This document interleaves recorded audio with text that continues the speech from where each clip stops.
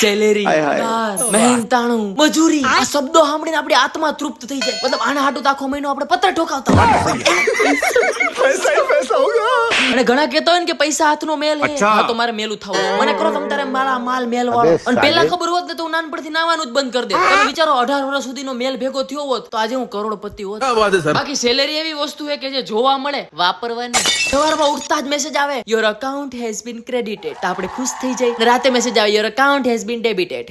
મતલબ મારા બેંક અકાઉન્ટમાં 2 જ એન્ટ્રી પડે આખા મહિનામાં. એક પૈસા આવવાની, એક પૈસા કાઢવાની. બેંક વાળા મને એમ કે ભાઈ કાંઈક તો નાખ, અંદર માખીયું મણ મળે છે. ખિસ્સામાં હોવા જ જોઈએ ને. પગાર આવ્યા પેલા તો ઘરમાં બિલ આવી જાય. ઘરનું ભાડું, લાઇટ બિલ, વેરા બિલ, દૂધનું બિલ, મેન્ટેનન્સનું બિલ, મોબાઈલનું બિલ. બિલ ભરતા ભરતા આપડા મમરા ભરાઈ જાય. તેમ થાય મારો પગાર જ મારી મજાક ઉડાડે છે. મતલબ મારા ખાતામાં આવે પછી કે હાઉકલી, પછી ગાય અચ્છા મને સલાહ આપે પૈસાથી સુખ ન મળે. અરે તમે મને આપો, સુખનો સૂરજ ઉગાડી દો. ઘણા કહેતા હોય કે પૈસા તો બહુ કમાણા પણ ખુશી નથી મળતી. અરે મને આ ખુશી, હું ખુશીની માં હોતે ઉપાડી આવું.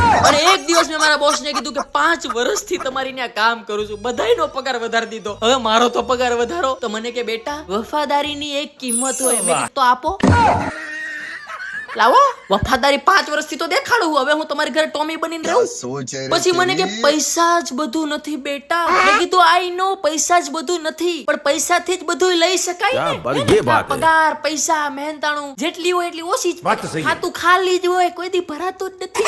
પૈસા નો બતાવી તો ગરીબ સમજે, પૈસા બતાવી તો ઉધાર માંગે. લાવ ક્યાં પગાર, પરિશ્રમ અને ગાળો ખાઈ ખાઈને મળેલી રકમ એટલે પગાર. એક દિવસ મારા પપ્પા કે આપણે ઇન્કમ ટેક્સ ભરવો પડશે. મેં પપ્પા ઇન્કમ ટેક્સ ભરવા માટે ઇન્કમ તો હોવી જોઈએ ને પેલા. અને નો ભરી તો શું થાય? તો કે એ લોકો રેડ મારશે ને ઘરમાંથી કેશ ગોતશે. મેં કીધું તો હારું આપણે હોતે ગોતશું. ઘરમાં ક્યાં કેશ છે આપણને નથી ખબર, તાન ક્યાંથી મળી જવા. હું મારા પપ્પાને કહું પપ્પા મારા શૂઝ લેવા છે, શર્ટ લેવા છે. એટલે પપ્પા કહે બટ્ટા મને તારો પર વિશ્વાસ છે, એક દિવસ તું ખુદ કમાઈને લઈશ. મેં કીધું લઈશ પણ અત્યારે લેવાઈ જાય છે મારી સેલેરી.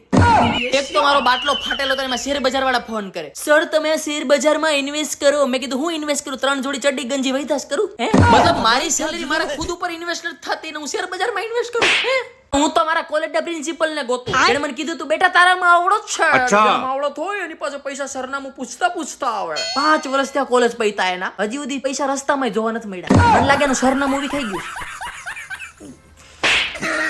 અને સાહેબ સેલેરી કરતા સપના મોટા હોય છે. મિડલ ક્લાસ ઘરમાં ખર્ચા વધારે અને માણસો ઓછા હોય. હું જાણું છું આ બધી મોહ માયા છે, પણ તોય મારે પૈસા જ જોઈશે.